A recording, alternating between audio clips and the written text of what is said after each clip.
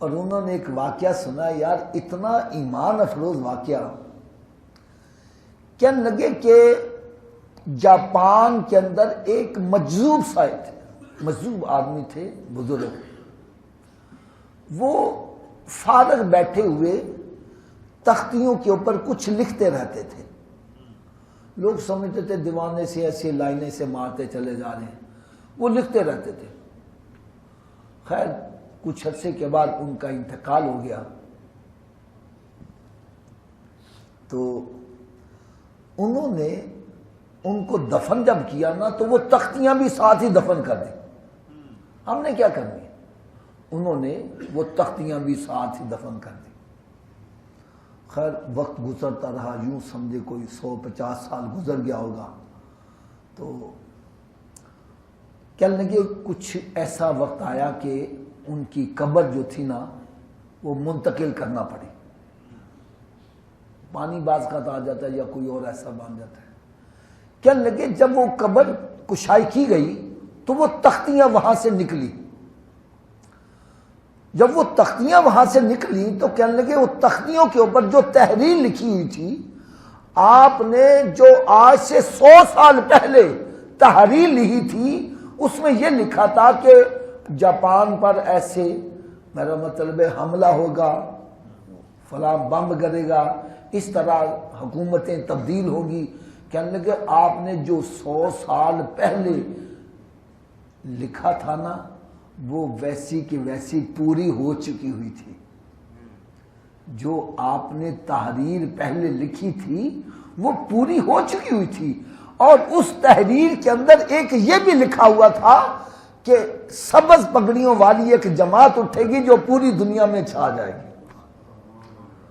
اور الحمدللہ میں دیکھ رہا ہوں کہ جس انداز سے یہ کام ہو رہا ہے، آہستہ آہستہ یہ پوری دنیا کے اندر پھیلتی چلی جا رہی ہے۔ یہ سب کیا ہے؟ یہ سب میں نے دیکھا ہے کہ مولانا الیاس قادری مدظل العالی، ان کے اخلاص کی برکتیں ہیں، اور سرکار صلی اللہ علیہ وسلم سے والہانہ محبت اور عقیدت، یعنی اتنی عقیدت میں نے ان کے دیکھی ہے۔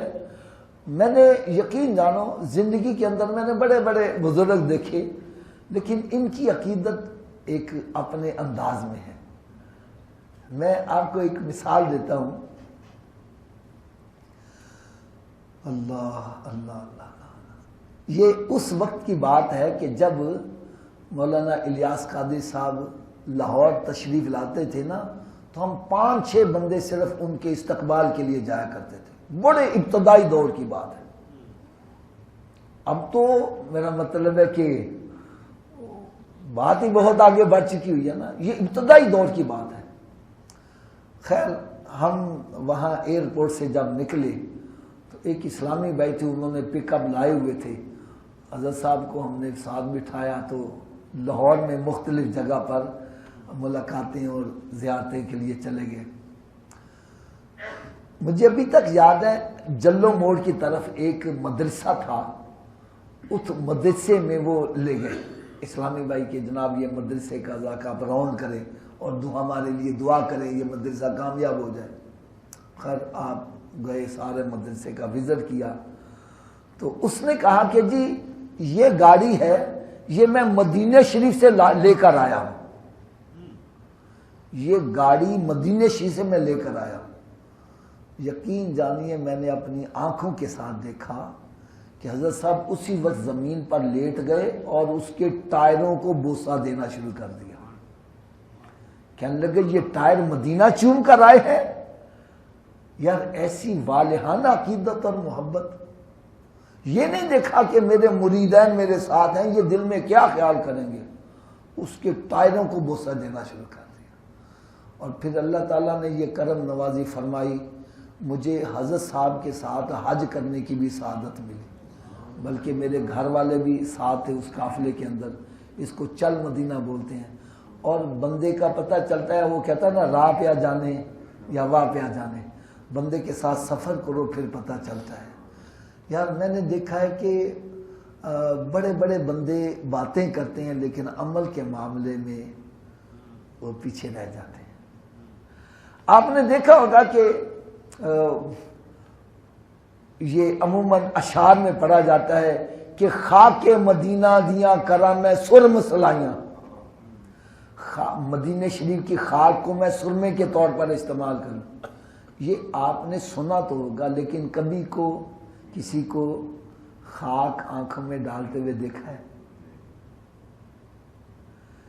یار میں نے دیکھا ہے کہ جب ہمارا قافلہ چل مدینے کا چلنے لگا نا تو ہمیں اتنے اتنے بیگ دیے گئے، اور بیگوں میں کچھ ضروری چیزیں تھیں اور ان میں سرمچو بھی تھا. میں حیران ہوں، یار سرما تو ہے نہیں، یہ سرمچو کیوں رکھا ہوا ہے؟ اور پھر اس کا پتہ وہاں جا کے لگا کہ حضرت صاحب نے جناب خاک کے ساتھ ایسے سرمچو لگایا اور آنکھوں کے اندر جناب اپنا وہ خاک مدینہ کی سرم سلائیاں کر رہے، اور پھر جو آپ کے ساتھ تھے انہوں نے بھی ویسے ہی. پھر آپ نے ایک شعر سنا ہوگا، حرم کی زمین اور قدم رکھ کے چلنا، ارے سر کا موقع ہے او جانے والے. لیکن کبھی کسی کو سر کے بل جاتے دیکھا ہے؟ حرم کی زمین اور قدم رکھ کے چلنا، ارے سر کا موقع ہے او جانے والے. یار کبھی کسی کو سر کے بل جاتے دیکھا ہو آپ نے؟ لیکن میں نے دیکھا کہ یار جب ہمارا چل مدینے کا قافلہ مدینہ شریف پہنچا ہے تو گاڑی جو ہے، گاڑی فٹ پاتھ کے ساتھ لگائی گئی. حضرت صاحب نے گاڑی سے جب نکلے تو اس طرح کلا بازی لگائی، سب سے پہلے آپ کا سر زمین پر لگا اور اس کے بعد باقی جسم زمین پر لگا، سر کے بال مدینہ شریف.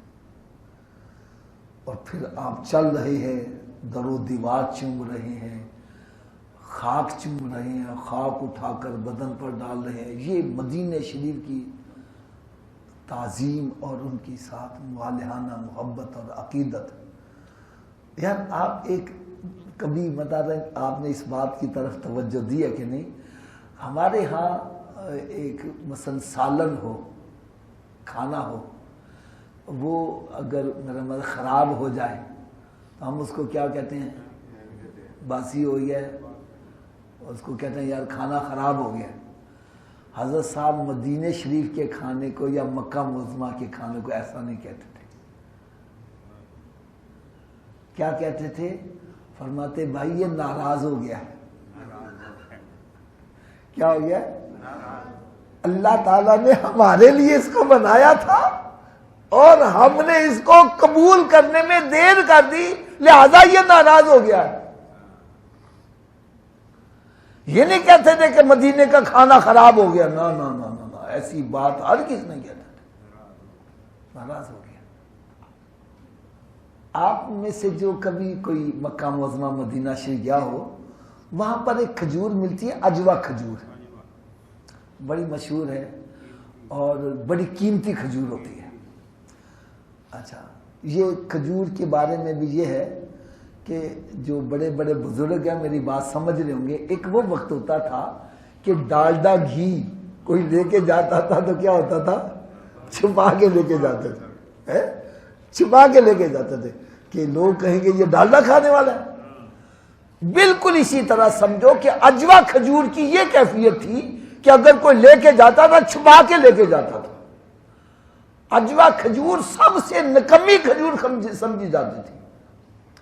تو ایک مرتبہ میرے آقا صلی اللہ علیہ وسلم کے صحابی کے گھر تشریف فرما ہوئے، جلوہ فروز ہوئے، اور شکل و صورت سے بھی دیکھو نا تو بڑی بڑی خوبصورت کھجوریں. وہ آپ کو، میرا مطلب ہے کہ 8-10 ریال میں، 12 ریال میں کلو مل جائیں گی. اور یہ چھوٹی سی کھجور ہوتی ہے اور اس کے اوپر جھرلیاں پڑی ہوتی ہیں، جس طرح ملو کے اوپر نہیں جھرلیاں پڑی ہوتی اس طرح. لیکن اس کی قیمت اتنی کہ 100 ریال کلو، 150 ریال کلو، اتنی قیمتی کھجور. تو جب نبی پاک صلی اللہ علیہ وسلم اس صحابی کے گھر جلوہ فروز ہوئے تو وہ خوش بڑا ہوا اور پریشان بھی بڑا ہوا. خوش اس وجہ سے کہ امام الانبیاء حبیب کبریا حضرت محمد مصطفیٰ صلی اللہ علیہ وسلم میرے گھر تشریف لے آئے، اور پریشان اس وجہ سے کہ سرکار کی بارگاہ میں پیش کرنے کے لیے میرے پاس کچھ ہے نہیں، گھر میں تو صرف وہ عجوا کھجور رکھی ہوئی ہے، اور جو ہر کوئی چھپا کر میرا مطلب لے کے جاتا ہے، یہ تو کسی کے سامنے رکھنا ویسے بھی بے عزتی والی بات ہے۔ میرے آقا صلی اللہ علیہ وسلم نے ارشاد فرمایا، میرے صحابی عجوا لاؤ، ہم عجوا سے محبت کرتے، ہم عجوا سے محبت کرتے۔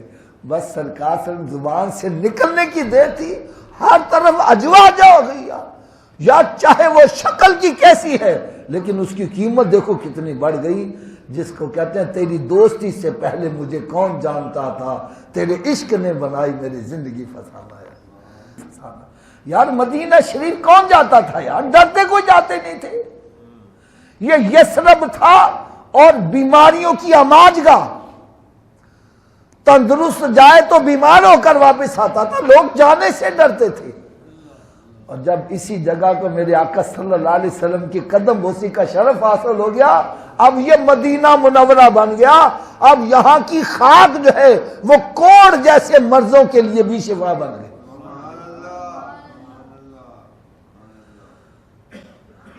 تو حضرت صاحب کا قافلہ مسجد قباء میں گیا، مسجد قباء مدینہ منورہ میں، جہاں پر 2 رکعت نفل پڑھو تو عمرے کا ثواب ملتا ہے۔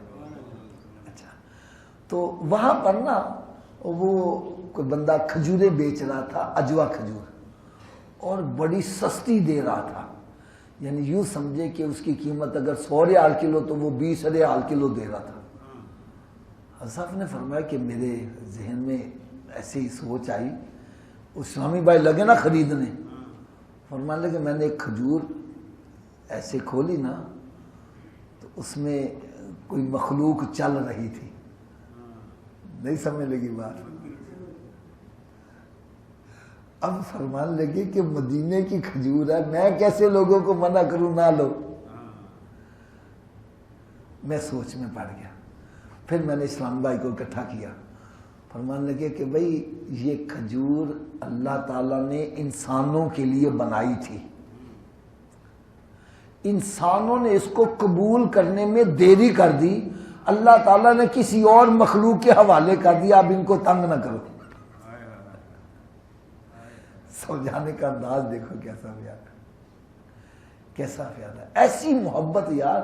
ایک مرتبہ آپ فرمان لگے کہ مدینہ شریف میں نا آپ گھر لیتے ہیں نا رہائش کے لیے تو اوپر والی منزل نہیں، نیچے والی لیں گے ادب سے۔ اور خیر وہ ایک جگہ ایسی تھی وہاں کچھ رنگ غلط سا لگا ہوا تھا، تو اسلامی بھائی نے کہا کہ جناب باقی چیزیں صحیح ہیں تو آپ ایسے کریں یہ جگہ اوکے کر دیں تو ہم اس کے اوپر نا رنگ دوسرا کر دیں گے، وہ سپرے ملتا نا وہ لا کے انہوں نے نا سارا رنگ کر دیا، یعنی یوں سمجھے کہ وہ WC تھا اس کا رنگ سبز تھا، تو آپ فرمان لگے یہاں میں کیسے استعمال کروں گا، تو انہوں نے اس کے اوپر نا پینٹ کر کے نا تو رنگ چینج کر دیا، چینج ہو گیا۔ اب وہ جو باقی رنگ بچا تھا نا وہ سامان کے ساتھ واپس کراچی آ گیا، اب سب اکٹھے ہو گئے، یار اس رنگ کا کیا جائے، یہ مدینہ شریف کا رنگ ہے، اس کا کیا کیا جائے؟ ایک نے مشورہ دیا حضرت صاحب اس کو دیوار پر کر لیا جائے، دیکھیں گے تو مدینہ شریف کا رنگ یاد آئے گا تو مدینہ یاد آ جائے گا۔ آپ نے فرمایا یار بات تو بڑی اچھی ہے لیکن اس کا طرف پاؤں بھی ہو جائیں گے، پشت بھی ہو جائے گی، تو یہ تو چپ ہو گئے۔ پھر مختلف مشورے آنے شروع ہو گئے۔ ایک نے کہا حضرت صاحب ایسے کرو پنکھے کو یہ رنگ کر دو، اور پنکھا جب چلے گا تو مدینے کے رنگ کے ساتھ ہوا جب مس ہو کے آئے گی تو وہ کتنی برکت والی ہوگی۔ آپ نے فرمایا یار یہ تجویز تو تمہاری بڑی اچھی ہے لیکن یہ ہوا پاؤں کو بھی لگے گی، یار ایسا ادب، ایسا ادب سکھایا۔ اور میں سمجھتا ہوں کہ ان کی مدینہ شریف سے والہانہ محبت اور عقیدت کی وجہ ہے کہ ورنہ بڑی بڑی تحریکیں اٹھتی ہیں، آہستہ آہستہ ان کی وہ اہمیت ختم ہوتی چلی جاتی ہے، لیکن اللہ تبارک و تعالیٰ اس کو جو عروج عطا کر رہا ہے